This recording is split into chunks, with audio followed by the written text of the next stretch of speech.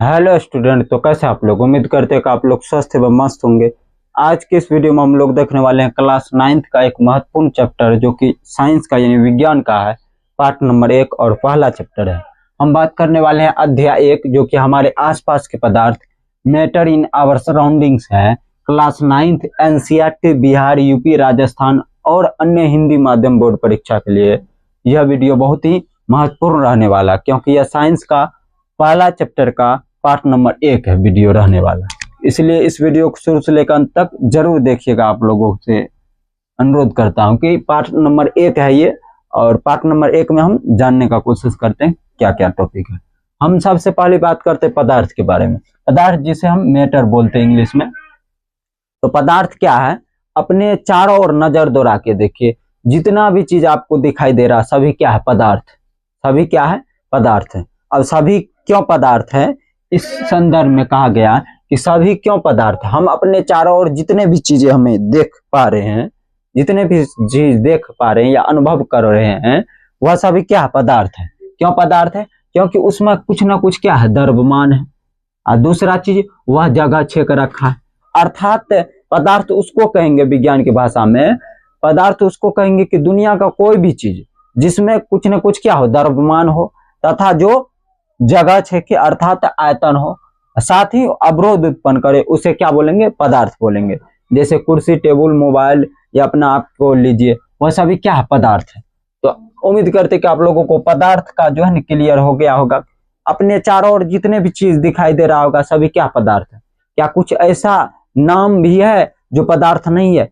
हम सिर्फ उसका नाम ले सकते हैं। जैसे ईमानदारी हो गया, बेईमानी हो गया, जो भाववाचक संज्ञा होता है, इसमें किसी प्रकार का द्रव्यमान या आयतन नहीं होता, यानी यह जगह नहीं छेकता है या ना ही इसमें वजन होता है, तो उसको क्या बोलेंगे? पदार्थ नहीं बोलेंगे।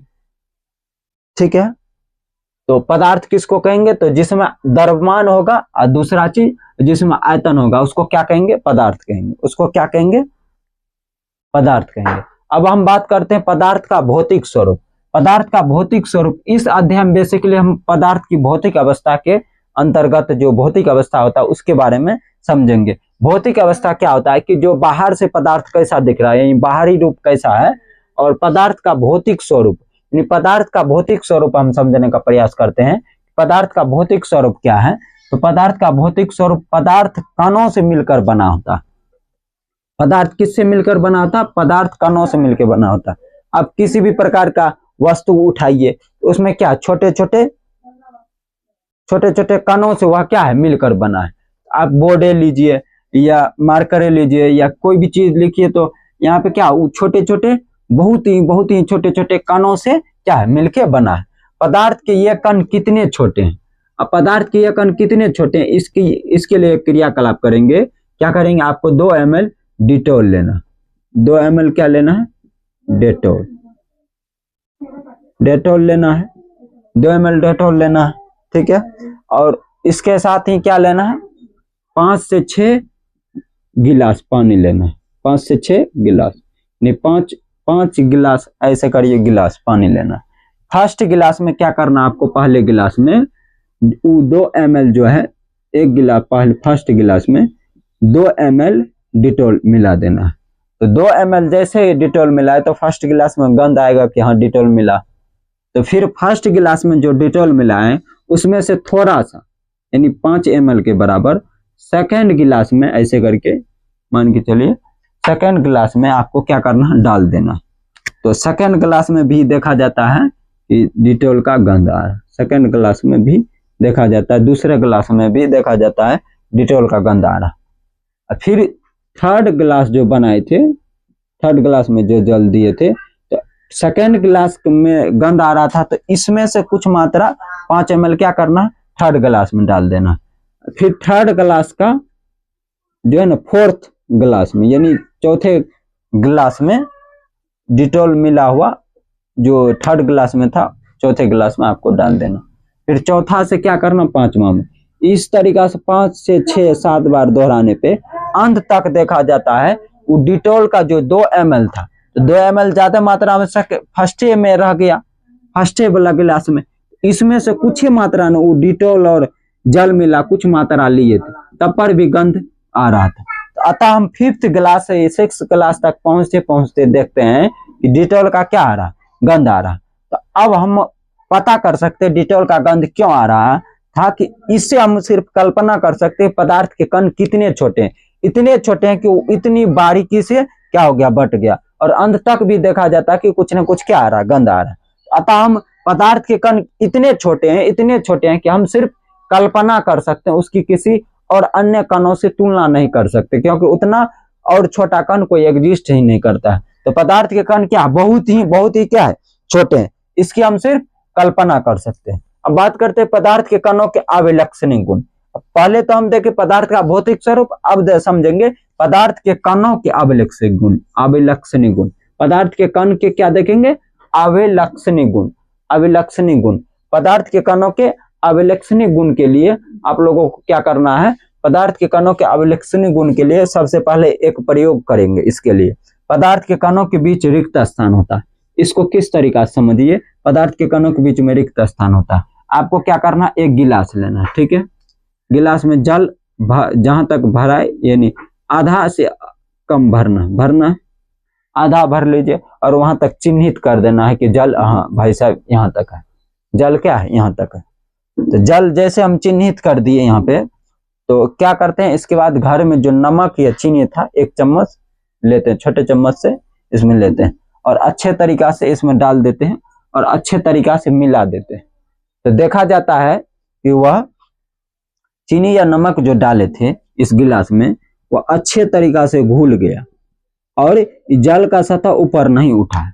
क्योंकि हम लोग बचपन में देखे थे कि किसी बर्तन में जल भरा रहता है, उसमें और बाहर से कोई वस्तु डालते हैं या कोई पदार्थ बाहर से डालते हैं तो जल का सतह उठ जाता है, स्वतः क्या हो जाता है, उठ जाता है। लेकिन इस कंडीशन में जल का सतह ऊपर नहीं उठता है, ज्यों का त्यों रहता है, यानी जैसा था वैसा ही रहता है। अतः हम समझ रहे हैं कि वह जो चीनी या नमक, जो चीनी या नमक 1 चम्मच जो दिए थे वो कहाँ गया, तो वह जो है ना जल के कणों के बीच में रिक्त स्थान था, ये रिक्त स्थान यानी खाली जगह, वहां पर जो है ना जाकर के क्या हो गया, समावेशित हो गया। वहीं पे जाके चीनी या नमक के कण जो है बहुत छोटे छोटे कणों में विभक्त होकर के और यही रिक्त स्थान में यानी खाली जगह में जाकर के बैठ गया। अब इस निष्कर्ष पे ये भी बता सकते पदार्थ के कण कितने छोटे हैं, पदार्थ के कण जो है ना पदार्थ कणों से मिलकर बना होता है। इस उदाहरण से ये भी पता कर सकते हैं क्रियाकलाप से, और पदार्थ के कणों के बीच में रिक्त स्थान होता है, यानी जलों के कणों के बीच में क्या था, रिक्त स्थान, इसलिए छोटे छोटे कणों जाकर के वहां पे समावेशित हो गया, इसीलिए जल का सतह ऊपर नहीं उठा। तो पदार्थ कणों से मिलकर बना होता है या पदार्थ के कणों के बीच में रिक्त स्थान होता है, ये आप लोगों को समझ में आ गया होगा। अब बात करते पदार्थ के कण निरंतर गतिशील होते हैं। पदार्थ के कण क्या होते हैं, निरंतर गतिशील होते हैं। अब किसी भी पदार्थ को उठा करके देखिए, उसके कण क्या है, निरंतर गतिशील है।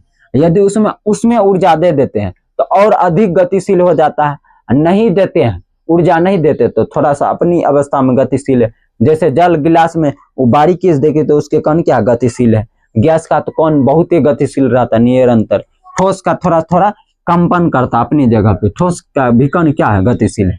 इसको ऊर्जा देंगे तो और धधक उठेगा और इसका कण क्या हो जाएगा, उड़ने लगेगा धुआं बन के। तो अब बात करते पदार्थ के कण एक दूसरे को क्या किए, आकर्षित किए हैं। पदार्थ के कण, जितने भी पदार्थ के कण है एक दूसरे को क्या किए हैं, आकर्षित किए हैं। तो इसीलिए आकर्षित किए हैं, तब है जो भी चीज दिखाई दे रहा आपको स्पष्ट दिखाई दे रहा। जैसे बोर्ड का कण, बोर्ड जो है, बोर्ड के कण एकदम आपस में आकर्षित किए हुए हैं, इसीलिए बोर्ड के कण, बोर्ड जो है ना अच्छे तरीका से दिखाई देता है। अब कोई भी मजबूत सामान लीजिए, जितना मजबूत है तो कहने का तात्पर्य उसका कण उतना अधिक आकर्षित बंधों से बंधा है। और वही ठोस है तो ठोस में बहुत ज्यादा आकर्षित किए हुए इस तरीका से, और द्रव में थोड़ा सा कम, और गैस में बहुत कम आकर्षित किया हुआ, इसीलिए गैस क्या हो जाता, बहुत ही कमजोर हो जाता है। ये बातें आप लोगों को समझ में आ गया होगा। पदार्थ क्या होता है, पदार्थ का भौतिक स्वरूप, तीसरे पॉइंट में पदार्थ के कणों के अभिलक्षणिक गुण, ये बातें आप लोगों को समझ में आ गया होगा। यदि आप क्लास 9th का साइंस का कंप्लीट चैप्टर पढ़ना चाहते हैं, कंप्लीट रूप से सिलेबस पढ़ना चाहते हैं एकदम फ्री टू फ्री, तो इस चैनल पे आप लोग जुड़ सकते हैं। और इसका पार्ट नंबर 1 है, अभी हम पार्ट नंबर 2 जल्द ही लाने का कोशिश करेंगे। आप कमेंट में कमेंट कर दीजिएगा पार्ट 2, ठीक है, इस चैप्टर के। पदार्थ की अवस्था, पदार्थ की अवस्था का मतलब समझिए, पदार्थ की अवस्था क्या है, यानी पदार्थ जो हम देखते हैं अपने आसपास कौन कौन सी अवस्था में रहता है, ठोस क्या होता है, द्रव क्या होता है, गैस क्या होता है, अभी इसी वीडियो में समझने की कोशिश करेंगे। तो देखिए, ठोस पदार्थ की भौतिक अवस्था, यानी पदार्थ की भौतिक अवस्था मुख्यतः तौर पे 5 प्रकार की होती है, जो कि क्लास 11th में आपको पढ़ने को मिलेगा। लेकिन अभी क्लास 9th में पदार्थ की 3 अवस्था को इस अध्याय में गंभीर रूप से पढ़ेंगे। चौथी अवस्था या 5वीं अवस्था इस आपको क्लास 9th में नहीं दिया है। क्लास 11th में जाइएगा और साइंस लीजिएगा तो आपको जरूर पढ़ने को मिलेगा। तो पदार्थ की 3 अवस्था, ठोस अवस्था, दूसरा द्रव अवस्था, तीसरा गैस अवस्था। तो ठोस क्या है, ठोस अपने आसपास जितने भी चीज देखिए उसका आकार क्या है, फिक्स है, एकदम निश्चित है। आकार क्या है, एकदम निश्चित है। आप मोबाइल लीजिए, टेबुल लीजिए, कुर्सी लीजिए, या किताब लीजिए, या बोर्ड लीजिए, या कलम लीजिए, इसका क्या है, आकार क्या है, फिक्स है, एकदम आकार क्या है, फिक्स है। आकार जब फिक्स है तो उसी को क्या बोलेंगे, ठोस कहेंगे। इसका आकार क्या फिक्स है, बाहर से देखने पर क्या आकार एकदम नहीं बदलता है, जगह भी स्थान करने पे, मोबाइल टेबुल कुर्सी के जगह का भी चेंज करने पर इसका आकार नहीं बदलता। अब बात करते हैं द्रव अवस्था।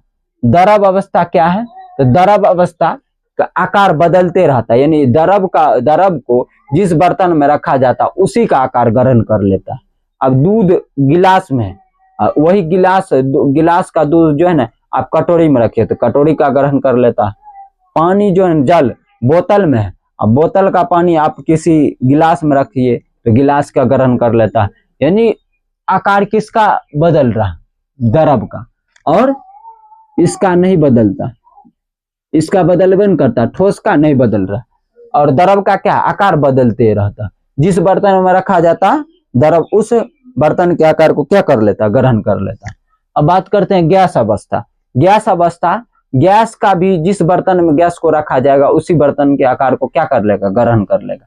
बैलून में रखा है तो बैलून का हवा किसी और छोटे बैलून में कीजिए तो उस आकार का हो जाता है, क्या कहते हैं, ट्यूब का हवा, और अन्य किसी बर्तन में रखिए तो उस आकार का हो जाता है।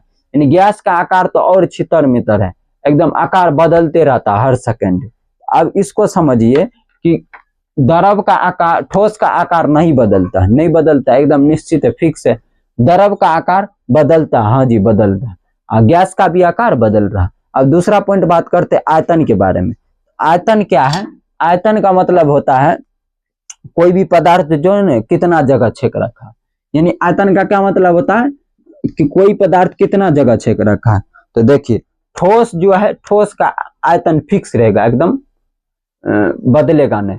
ठोस का आयतन फिक्स है। जैसे कहीं पे जो है ना जगह छेक रहा, जितना जगह छेक रहा, अब इस हाथ पे रखिए, इसको इस हाथ पे रखिए, उतने जगह छेकेगा, या तोड़ मरोड़ दीजिए तब पर भी उतने जगह छेकेगा।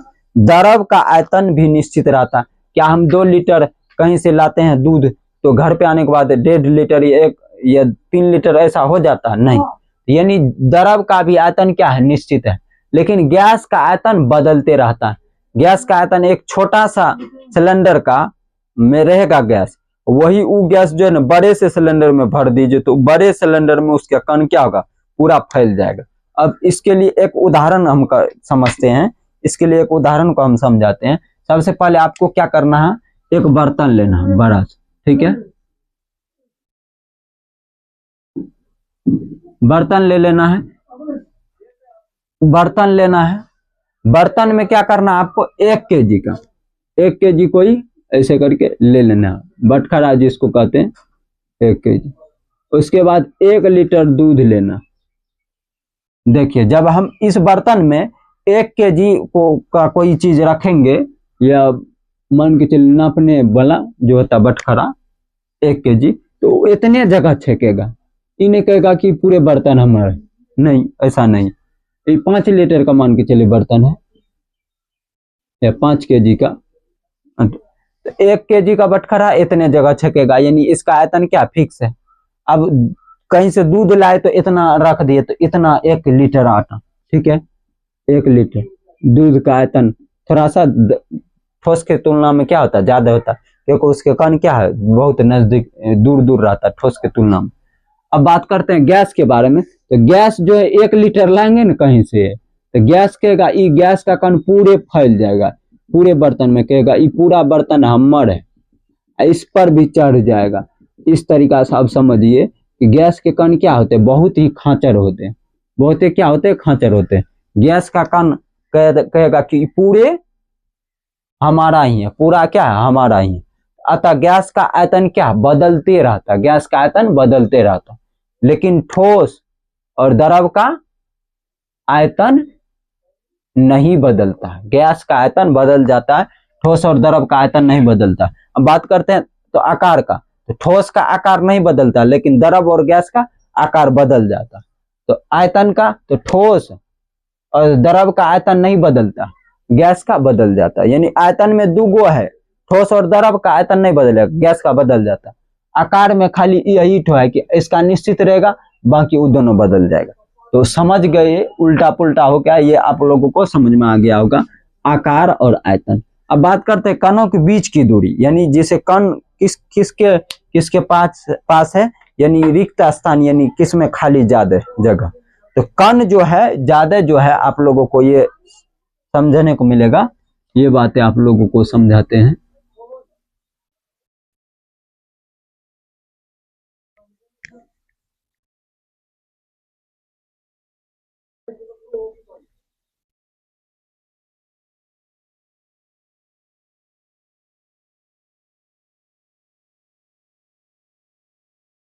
देखिए आप इसको समझिए, हम बातें करते हैं आकार और आयतन और कणों के बीच की दूरी। तो देखिए अब आप लोगों को ये दिखाई दे रहा होगा, ये चित्र डायग्राम,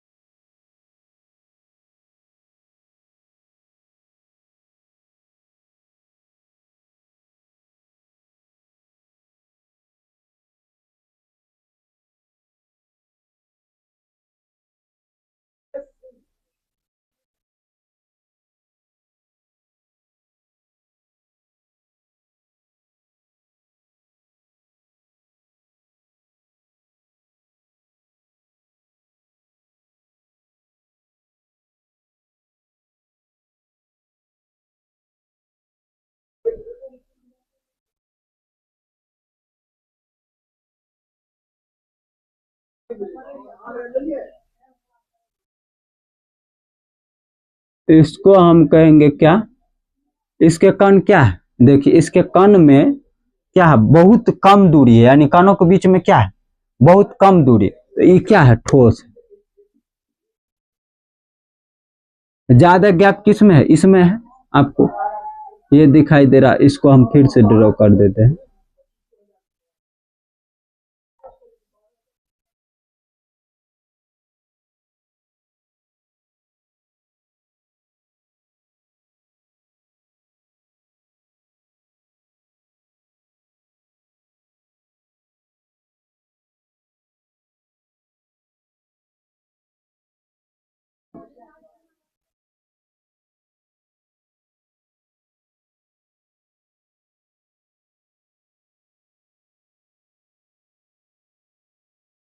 हम बात करते हैं ये इसके कण क्या है, ज्यादा नजदीक नजदीक है, यानी कणों के बीच की दूरी क्या है, बहुत ही कम है। तो ये क्या है, ठोस है। अब कणों के बीच में इसमें थोड़ा सा क्या है, ज्यादा दूरी है, गैप है ज्यादा, तो ये क्या है, द्रव है। अब बहुत ज्यादा गैप है, तो ये क्या हो गया, गैस हो गया। अब समझ सकते हैं कि जो जिसमें कणों की सघनता होगी, यानी कण क्या होगा, ज्यादा होगा, कम आयतन में कण क्या होगा, ज्यादा होगा, तो वह क्या है, ठोस है। थोड़ा सा ज्यादा कम आयतन में कम में कण रहेगा तो द्रव है। अब कम आयतन में बहुत कम कण रहेगा तो वह क्या है, गैस है। तो कणों के बीच की दूरी के आधार पे सबसे कणों के बीच की दूरी किस में है, गैस में, उसके बाद थोड़ा सा कम द्रव में, सबसे कम कणों के बीच की दूरी में ठोस में। तो इसके साथ ही समझिए रिक्त स्थान यानी खाली जगह, सबसे अधिक खाली जगह किस में है, तो कणों के बीच की ज्यादा दूरी जिसमें गैप रहेगा उसी में न रहेगा। तो गैस में क्या है, कणों के बीच की दूरी अधिक है, तो इसमें रिक्त स्थान ज्यादा है। द्रव में रिक्त स्थान थोड़ा सा कम, किसके तुलना में? गैस की तुलना में।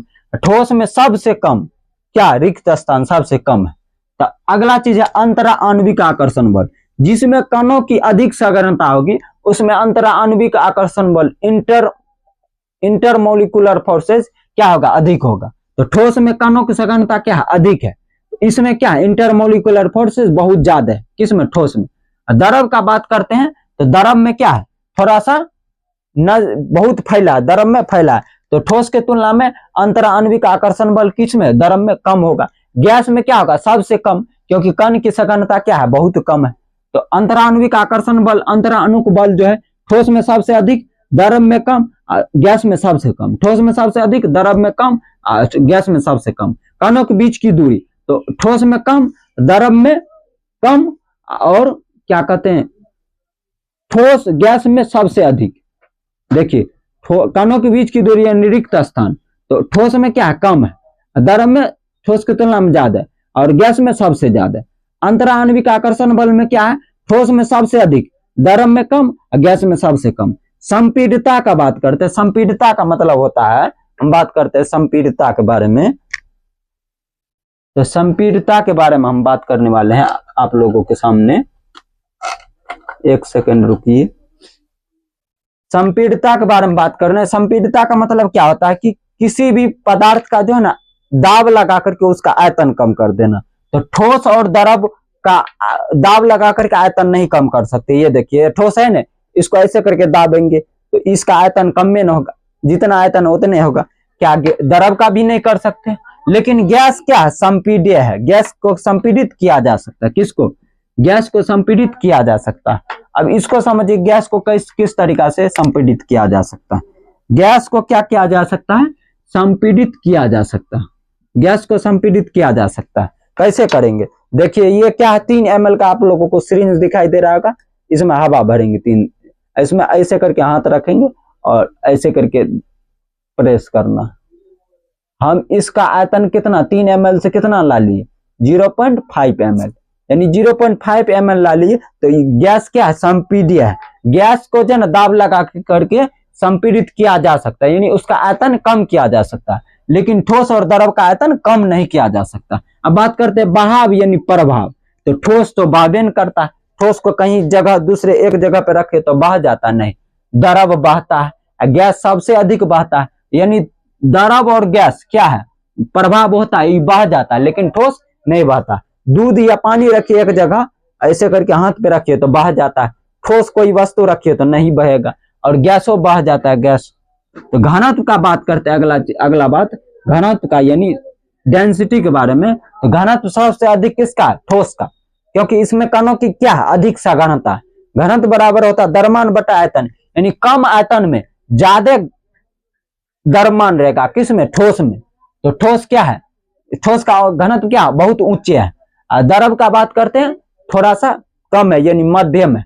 गैस का घनत्व क्या? बहुत कम होता है, यानी निम्न होता है। विसरण का बात करते हैं। विसरण मतलब 2 भिन्न कण आपस में आकर के स्वतः मिल जाना। तो विसरण जो है बहुत धीमी गति से किसमें होता है? ठोस में बहुत धीमी गति से होता है। द्रव में थोड़ा सा फास्ट होता है, गैस में सबसे फास्ट। यहाँ पे गैस में कोई हवा है, यहाँ पे ऑक्सीजन नाइट्रोजन है, यहाँ पे कोई और कार्बन डाइऑक्साइड रख दीजिए, पूरे फैल जाएगा, एकदम आपस में मिल जाएगा। द्रव में जैसे जल है, जल में थोड़ा सा दूध डालिए, एकदम आसानी से क्या हो जाता है? अपने आप मिल जाएगा। लेकिन ठोस में ई ठोस है, इसके ऊपर फिर एगो अन्य ई ठोस डाले, क्या आराम से मिल पाएगा? इसका कण नहीं मिल पाएगा। इस तरीका से देखिए। तो अतः हम कह सकते हैं कि ठोस का जो है ना विसरण क्या बहुत ही कम है, द्रव का थोड़ा सा ज्यादा रहता है। किसके तुलना में? ठोस की तुलना में। गैस में सबसे अधिक विसरण होता है। गतिज ऊर्जा की बात करते हैं, यानी कणों में गतिज ऊर्जा ठोस में ना के बराबर रहेगा। गतिज ऊर्जा बहुत ही निम्न रहेगा। गतिज ऊर्जा क्योंकि इसके कण क्या गति नहीं करता है, ऊर्जा देने पर गति करेगा। द्रव में थोड़ा सा अधिक रहेगा। गैस में सबसे अधिक ऊंचे रहता है गतिज ऊर्जा। उष्मा का प्रभाव ठोस पर न्यूनतम पड़ता है। उष्मा का प्रभाव यानी ठोस पे उष्मा देंगे हल्का सा तो इसमें ज्यादा हलचल नहीं होगा। द्रव में तुरंत होने लग जाता है, गैस में तुरंत ही एकदम फास्ट में तुरंत हो जाता है। अतः उष्मा का प्रभाव सबसे अधिक किस पे पड़ता है? जल्दी गैस पे, उसके बाद द्रव पे, और सबसे लास्ट में ठोस पे पड़ता है। तो उम्मीद करते हैं कि यह पार्ट नंबर 1 जो है ना आप लोगों को समझ में आया होगा, हमारे आसपास के पदार्थ यानी मैटर इन आवर सराउंडिंग का। यदि आप इसी तरीका का वीडियो चाहते हैं और अच्छे तरीका से चाहते हैं साइंस का, तो चैनल को क्या करना, सब्सक्राइब करके चैनल से जुड़ जाना। और यदि यह वीडियो आप लोगों को अच्छा लगा और समझ में आया होगा तो वीडियो को लाइक जरूर कीजिएगा। तो मिलते हैं इसी चैप्टर का पार्ट नंबर 2 लेकर के, तब तक के लिए इतना ही। जय हिंद, जय भारत।